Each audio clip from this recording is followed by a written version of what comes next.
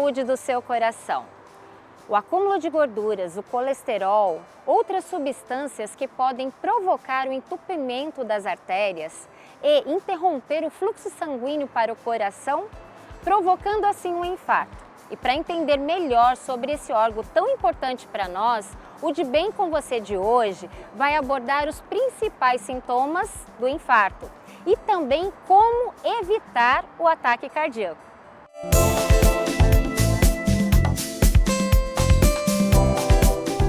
Seu Nenê teve 2 infartos, os 2 no mês de março de 2019, um em casa, o outro no hospital. Antes dos infartos, passava regularmente no cardiologista, já cuidava da saúde, só que não levava tão a sério. Foi socorrido pela família por conta do primeiro infarto e colocou stents no coração. Eu não sentia nada, uma vida normal, como sempre, sem dor, né? Porque eu nunca sentia dor, né? Sentia muito falta de ar. E eu peguei como de costume, eu durmo cedo, né? Fui pro banheiro, tomei banho, logo em seguida eu fui pro quarto.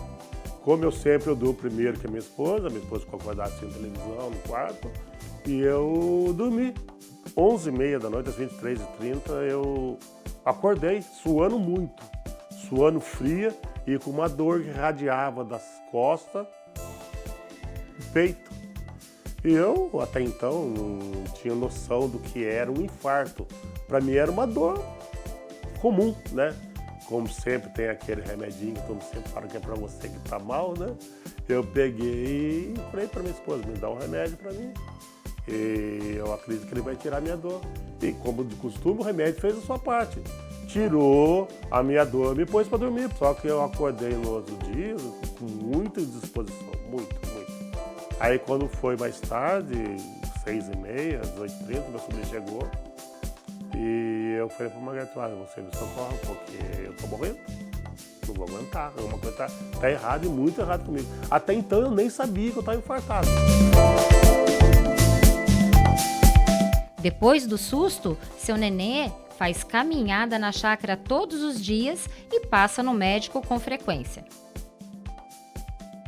Com toda certeza, eu nasci de novo, né? Porque uma pessoa que sofre 2 infartos, né, tem metade do coração praticamente morto, porque o médico me disse, eu posso dizer que eu nasci de novo.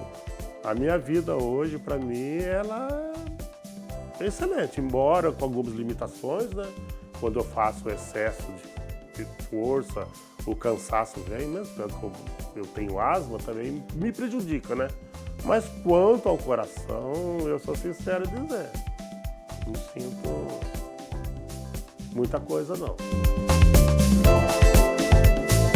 Hoje, o coração do seu Nenê já recuperou boa parte do seu funcionamento e está se restabelecendo cada dia mais.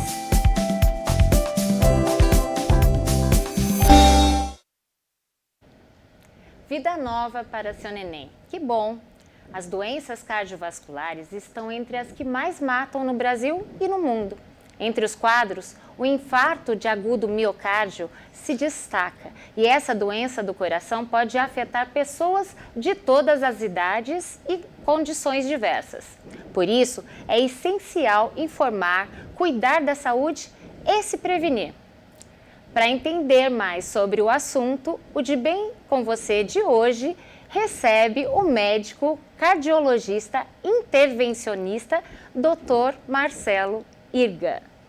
Muito bem-vindo ao nosso programa, doutor. Oi, obrigado pelo convite. É verdade que é a doença que mais mata mesmo? As doenças cardíacas estão entre as que mais matam no mundo, não só no Brasil. Pois bem, e o que é esse tal de infarto do agudo miocárdio? O infarto do coração, ele é a obstrução de uma das artérias que nutrem o músculo cardíaco, e essa obstrução leva à destruição de um segmento desse músculo que é seguido da sua morte. Então existe um prejuízo da função, do funcionamento da bomba pela obstrução de uma artéria. E quais são os primeiros sintomas que as pessoas sentem, né? Você viu, o seu neném nem sabia que estava acontecendo com ele. Os sintomas do infarto, em linhas gerais, eles são muito variáveis e bastante atípicos. Eles podem, inclusive, a gente fala muito da dor no peito, uma dor em aperto, de uma forma assim constritiva, como se tivesse alguém apertando o seu coração com as mãos. Esse seria, que é do lado esquerdo do peito, às vezes irradia para a mandíbula ou para o ombro, ou o braço esquerdo, mas nem sempre acontece dessa forma. Para você ter uma ideia, 30% dos infartos nem tem dor. Às vezes você tem falta de ar, tontura, sensação de suar frio. Então isso não é um quadro típico, característico, e que pode ter uma receita assim, de bolo que vai funcionar todas as vezes. E tem diferente tipo de infarto? Difere um do outro? Como que funciona? Eu costumo falar, Adriane, que o infarto, na verdade, eu diferencio pela graduação. Existe aquele infarto que o pessoal falava antigamente, é uma ameaça de infarto, então é uma dor forte, uma angina, né? E que leva a pessoa ao hospital e, na verdade, não chegou a ter um dano para o músculo cardíaco, não houve um prejuízo para a bomba. E vai havendo graus progressivos dessa agressão muscular até aquele infarto dito fulminante, em que não dá tempo da pessoa ter socorro médico. Muito esclarecedor, doutor. Mas vamos agora para um breve intervalo e na volta vamos continuar a saber como cuidar do coração. Voltamos já!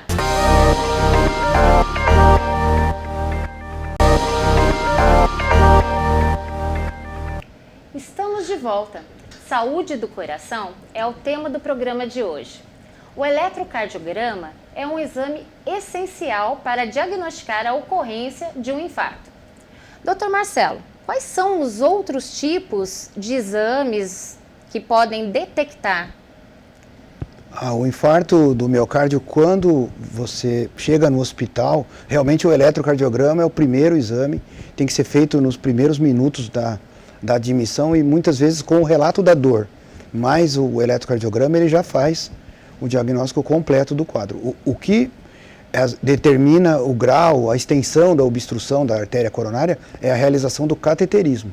Isso pode ser feito de imediato na chegada do hospital ou pode ser feito iniciado já o tratamento que dissolve esse coágulo e o cateterismo pode ser feito num segundo momento para depois estudar o comprometimento desse músculo e definir o tratamento que vai ser feito a seguir. E para a gente entender um pouquinho, as pessoas às vezes não sabem a diferença de infarto e do AVC. Tem diferença? Sim, na verdade o AVC seria obstrução de uma artéria por um coágulo, uma placa de gordura no cérebro. E o infarto seria essa mesma obstrução, em linhas gerais, só que no coração. Então a doença é a mesma, só comete um órgão diferente. E a gente pode prevenir para não chegar a ter? Sim, como a gente estava conversando antes. O infarto, hoje, a maior parte dos pacientes que chegam para mim para fazer cateterismo tiveram suspeita da doença detectada por exames de consultório, exames de check-up, antes de vir a ter qualquer sintoma. Esses exames feitos em consultório, normalmente o teste ergométrico, o ecocardiograma, às vezes o Holter, a cintilografia, eles detectam a doença muito antes da pessoa vir a ter sintoma. Então, aquele check-up regular que as pessoas costumam fazer no consultório, quando o acompanhamento é certinho, quando a pessoa adota aquilo como um hábito, né, regular, consegue fazer com que a pessoa chegue no hospital para investigar uma doença que ainda não a prejudicou. Doutor, com qual idade devemos começar a nos preocupar com a saúde do coração? Em princípio, não existe uma idade determinada. O infarto, ele costuma incidir em homens em torno dos 50 a 55 anos e em mulheres um pouquinho além, 60, 65. Mas, na verdade, para as avaliações, para o check-up, a gente costuma puxar isso bem antes, em torno dos 40 anos. Então, não é uma idade. Tem infarto dos 18 aos 100 anos de idade. Mas a idade de ir ao médico varia muito com o que você tem de bagagem genética. Puxando o gancho da genética, é fato que se o pai e a mãe teve, você também vai ter? É uma possibilidade muito forte. Talvez a genética seja o fator mais determinante de se você vai ter ou não um problema cardiocirculatório.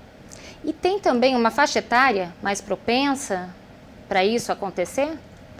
Não, hoje a mistura de estresse com alguns hábitos de vida não saudáveis, como fumar, ou às vezes não controle adequado de algumas situações como hipertensão, diabetes, mesclaram isso. Então hoje não tem uma idade. Eu já vi jovens de 20 e poucos anos com infartos grandes, e normalmente o infarto em jovem tem consequências piores do que nas pessoas mais idosas, que não tiveram oportunidade, o coração não teve oportunidade, no processo de envelhecimento ele meio que se acomoda a isso. E ele cria uma certa resistência para tolerar, de certa forma, esse infarto, entendeu? Entendi. Mesmo as pessoas que fazem uso de cigarros, bebidas e as outras que fazem atividades físicas, é possível que aquela que faz atividade física seja mais propensa? Aí volta aquela questão da genética. A genética ela é determinante em cima de qualquer pessoa. Claro que a adoção de hábitos saudáveis de vida freia essa tendência, retrai essa tendência ao mínimo. E já ao contrário, né, os hábitos não saudáveis ou nocivos de vida pisam no acelerador e progridem essa tendência genética. E os stents, aqueles que se coloca no coração ou nas artérias, como que ele funciona e quais são os outros recursos, né, além dele, que podem ser usados?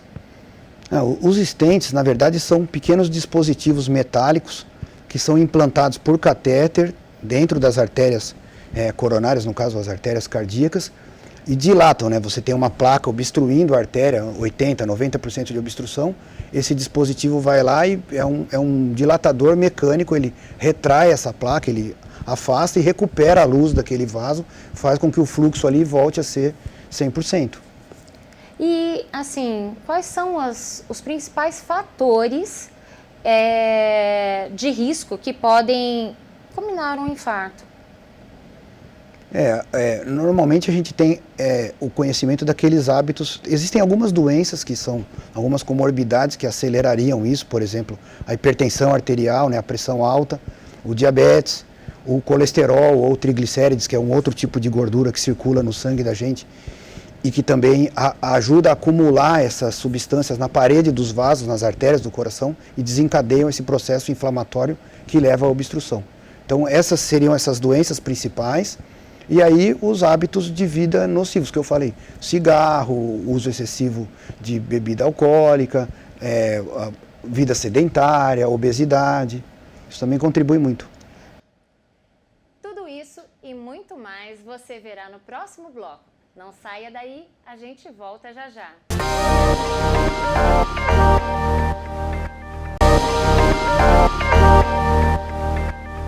Estamos de volta. E você? Como anda a saúde do seu coração?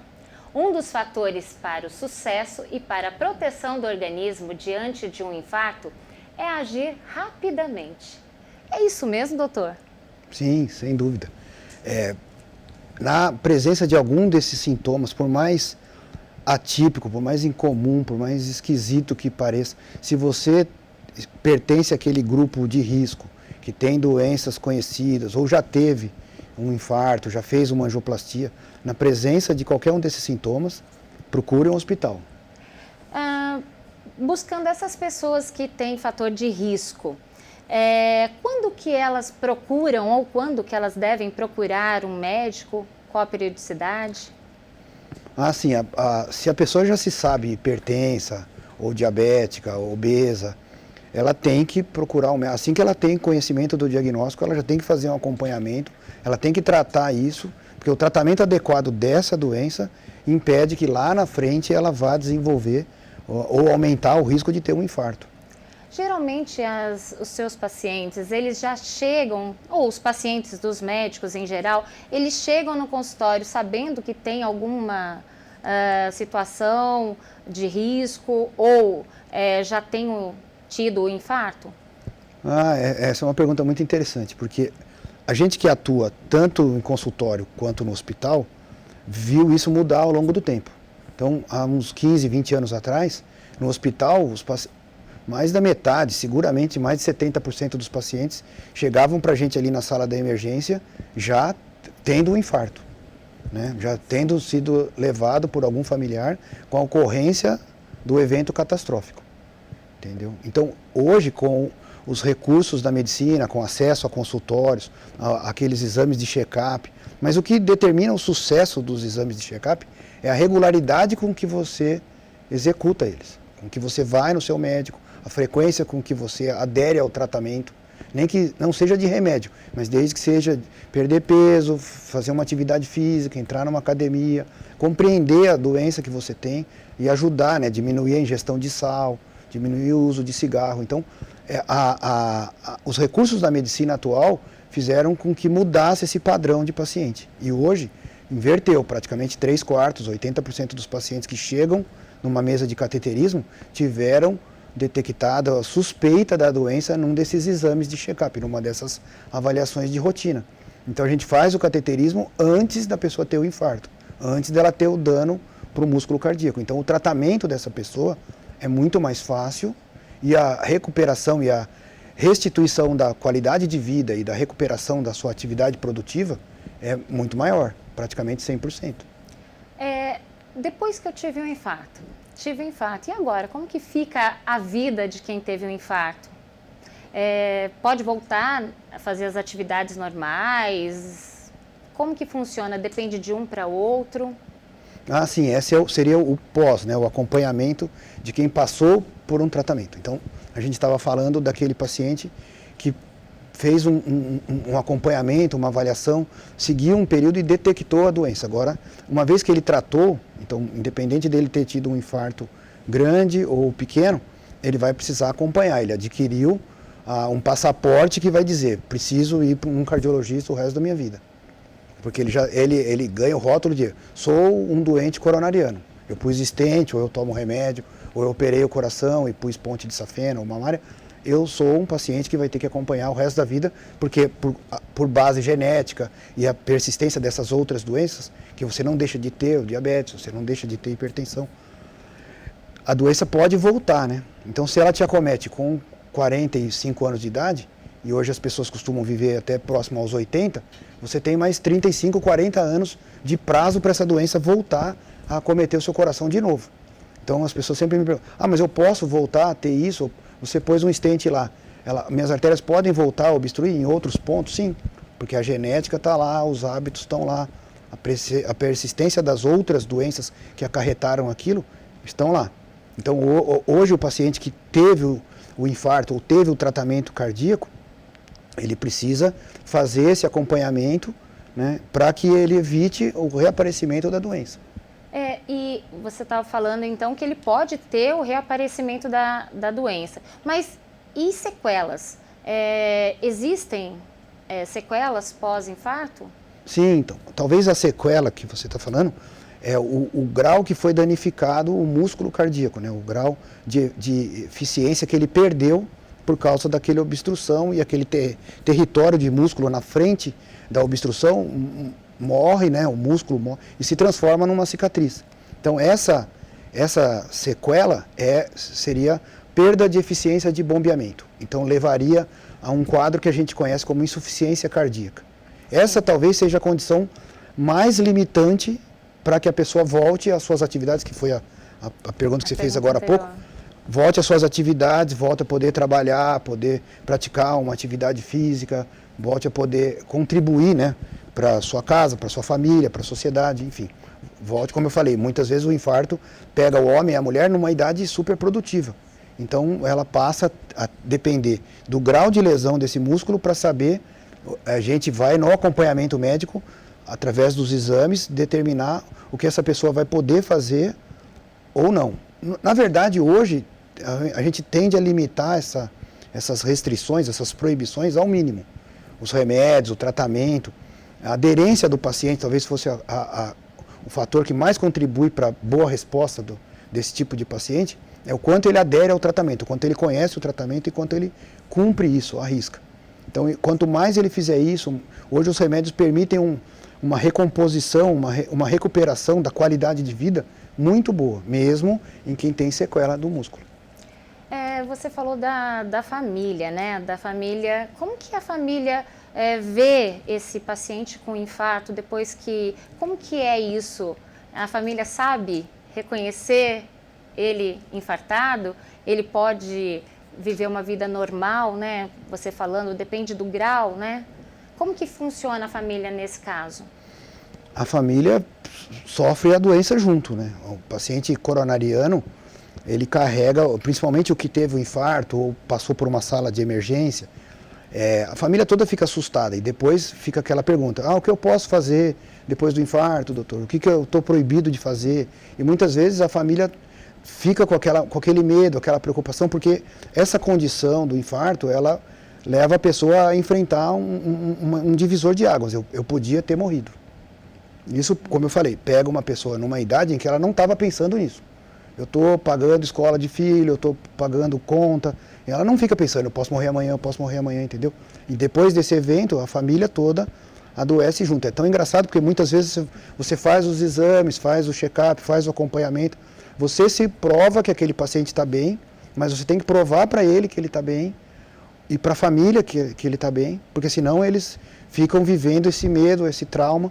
Né? E mesmo quando não está, mesmo que tenha uma sequela, algum grau de limitação, isso é baseado em ciência, baseado em estudo, em exames. Então a gente libera esse paciente para fazer atividades de forma controlada e segura.